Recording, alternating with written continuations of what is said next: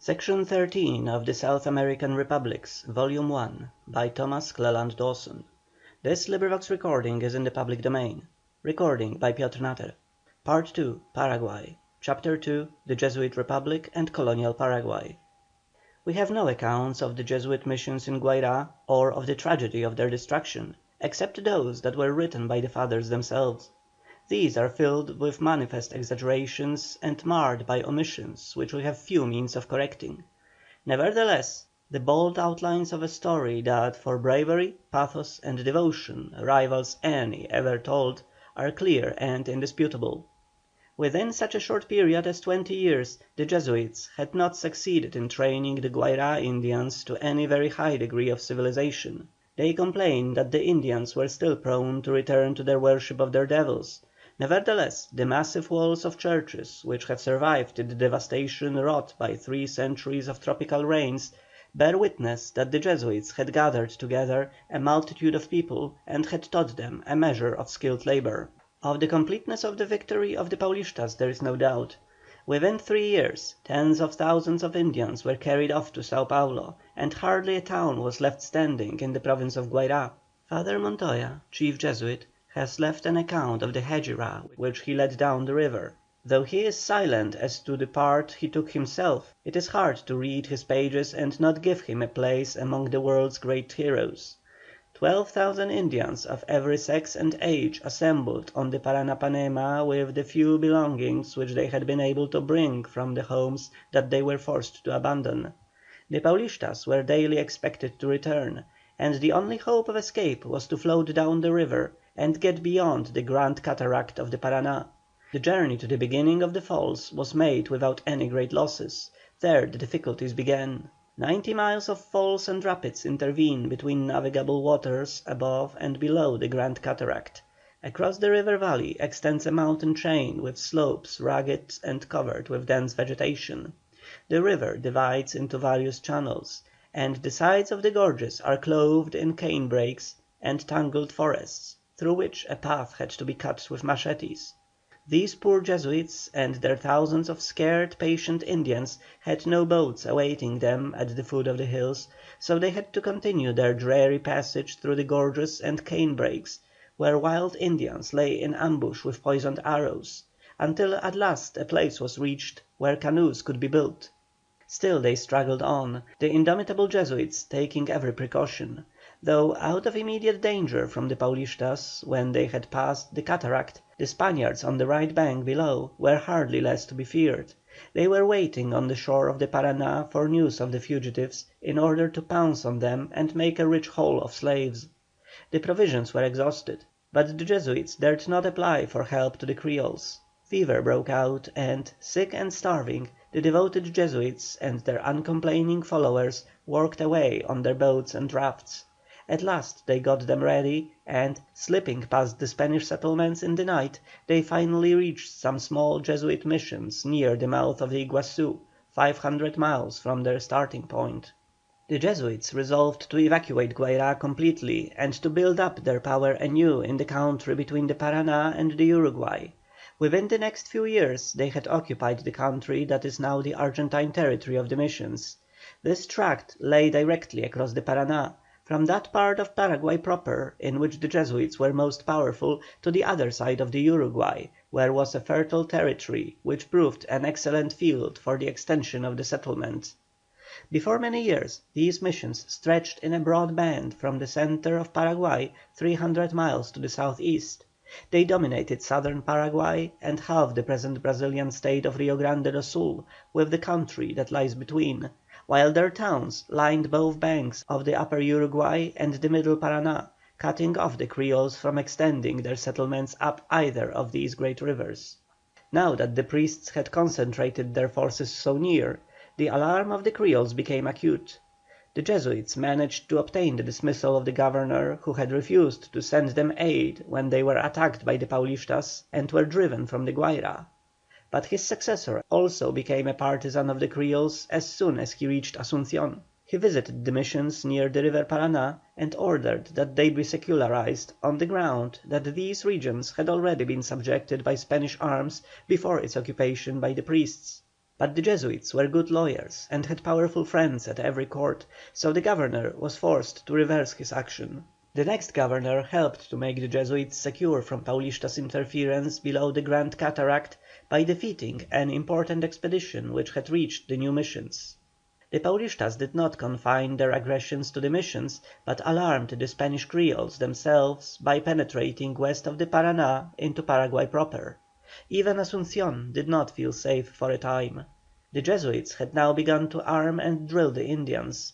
Though the Paulistas made expeditions from time to time, and the Spanish and Jesuit frontier settlements were frequently aroused by the news of a bloody raid, and of the rapid depredations of a band of these dreaded marauders, there was never again such a wholesale destruction as had taken place in Guayra.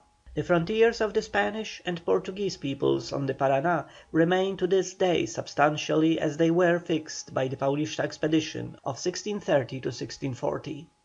In their conflict with the Jesuits, the Creoles shortly received a valuable reinforcement in Bishop Cardenas, a very able and energetic prelate, and a man gifted as a ruler and statesman. Born in the city of Charcas, on the Bolivian plateau, he was a Creole of the Creoles. He became a great missionary and evangelist throughout Upper Peru of Tucuman, acquiring wonderful fame and popularity by his eloquence. In spite of the fact that he was a Creole, he was immensely popular among the Indians, and seems to have been a natural leader of both branches of the native population. He bitterly hated the Jesuits. As a member of the rival Franciscan order, his professional jealousy was aroused by their success, and his Creole prejudices were outraged by their efforts to prevent the extension of white power amongst the aborigines.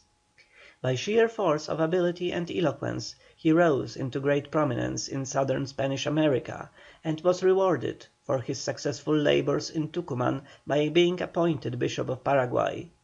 There the Creoles accepted him as their leader, and he soon became the dominant figure in the community. He quarrelled repeatedly with the Governor, but such was his force of character, and the skill with which he took advantage of the superstitious reverence for his apostolic office, that he invariably achieved his ends. Once the Governor, at the head of a file of soldiers, presented himself at the Bishop's door to arrest a fugitive whom the Bishop had undertaken to protect. When the door was opened, there stood the dauntless priest in full canonicals, defying the Governor to cross his threshold. He excommunicated the Governor and every soldier who had dared take part in this affront to his dignity, and, like Hildebrand, he was only appeased when the Governor had begged for pardon on his knees. When the Governor died, Bishop Cardenas succeeded ad interim. His popularity and prestige were unbounded, and his audacity and courage unprecedented. Uniting in himself the religious, civil, and popular power, he controlled the forces of the community more completely than anyone who had preceded him. His great work was the humiliation and destruction of the Jesuits. He hampered their insidious spread on the hither side of the Paraná, and attempted the secularization of many of their missions.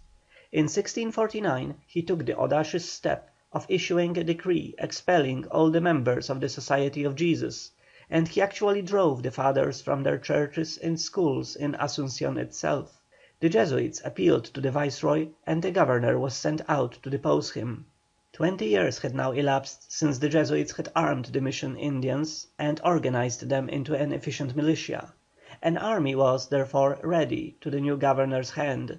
The Creoles of Western Paraguay were riotous and tumultuous, but in that tropical climate they had lost much of the military capacity of their Spanish ancestors. The number of people of Spanish descent was small, and while the secular Indians made admirable soldiers when disciplined and well led, they had never been organized by the Creoles for serious warfare. The military system of the Jesuits immediately proved its superiority. Aided by the prestige of his viceregal commission, the new Governor, at the head of the Jesuit army, quickly overcame the hastily gathered levies of the Bishop. For the next 120 years the Jesuits maintained their system in south eastern Paraguay and the regions on both banks of the Paraná and the upper Uruguay. Until 1728 their territory was nominally under the jurisdiction of the Governor of Asuncion. Really, however, it was an independent republic, ruled by a superior, whose capital was at Candelaria, and who was actually responsible to no one except his general at Rome and the authorities at Madrid. In the secular part of Paraguay, the formerly turbulent and secular Creoles sank more and more into the indifference characteristic of the Indians who surrounded them. Early in the 18th century a governor named Antequera, whom the viceregal authorities attempted to depose, was forcibly maintained for a time by the Paraguayan Creoles, probably the earliest instance of an important movement towards independence which occurred in South America. The Paraguayans only yielded when a compromise was offered. The old ferocity which the original conquerors had felt against the Indians gave place gradually to kindlier sentiments. From slaves the Indians rose into serfs, and then into peasants, living on good terms with the proprietors of their lands, and not more oppressed by Spanish officials than the whites themselves. Secular Paraguay, shut in on the west by the impenetrable Chaco with its hordes of dreaded wild Indians, and on the east by the Jesuit territory, could not expand. Indeed, the impulse towards conquest and exploration which so distinguished the Paraguayan Creoles in the latter part of the 16th century had completely died out as early as the middle of the 17th century. In 1728 the Jesuit Republic was formally detached from the jurisdiction of Paraguay and placed under that of the Government of Buenos Aires. The missions were all situated on or near the banks of the Upper Paraná and Uruguay, and their line of communication with the outside world ran directly to Buenos Aires. They had few commercial relations with Asuncion, and it was inconvenient to maintain even a shadow of political relation with that capital. The Jesuit missions prospered, although, curiously enough, their population remained stationary. South and east of the Paraná, which they occupied was mostly an open, rolling plain, admirably suited for pasturage. Herding cattle was the chief employment of the Indians and the chief source of the exports. However, in the forests north west of the Paraná, agriculture was more practised, and the principal exports thence were the mate tea and timber. In the pastoral country the Jesuits did not expand further. They had already gathered most of the Indians who inhabited that region into their missions, and the natural increase of population did not justify any new settlements.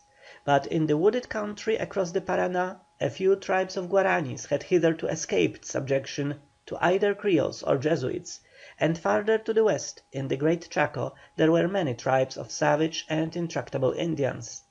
In both these directions the Jesuits kept up their missionary efforts.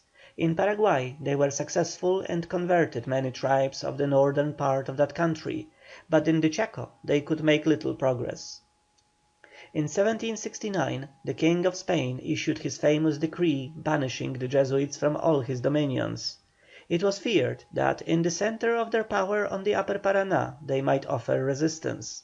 They commanded a population of more than 200,000 Indians, fairly well armed and disciplined, and absolutely devoted to them. Nevertheless they submitted quietly. Spanish officials replaced the Jesuits in control of the civil and commercial interests of the mission towns, and priests of other orders were sent up to continue spiritual instruction. The Spanish officials were, however, not successful in holding the Indians together. Their exactions and cruelties drove the Indians to despair, and within a very few years emigration began. The 7 missions to the east of the Uruguay had been traded by Spain to Portugal in 1750, and most of their inhabitants had been killed or driven across the Uruguay. The most populous missions lay between the Uruguay and the Paraná, in the territory that today forms the upper part of Corrientes and the mission's territory. A large proportion of their inhabitants fled down the Uruguay into Entre Rios and Uruguay proper. Those on the west side of the Paraná largely remained or removed only far enough to coalesce with the secular Indians of Paraguay. Some of the outlying and more remote missions were abandoned altogether, and Paraguay then assumed its present extent. The population was fairly homogeneous, and its vast majority was composed of descendants of the aborigines, with comparatively few Spaniards and Creoles of mixed blood forming the upper strata of society. The country felt few of the quickening and disturbing influences which were already animating the regions at the mouth of the river towards the end of the 18th century. Little effort was necessary to get a subsistence from the teeming soil, and, content with their luscious oranges, their maté, and their unlimited tobacco, the Paraguayans led an idyllic existence. They had little sympathy with the turbulent, active minded population which was crowding into Buenos Ayres and making it a commercial, political, and intellectual focus. Agricultural in their habits, they disliked the hard riding gauchos of the southern plains hardly less than the turbulent Indians of the Chaco. In the movements that preceded the revolution of 1810 they took no part. Section 14.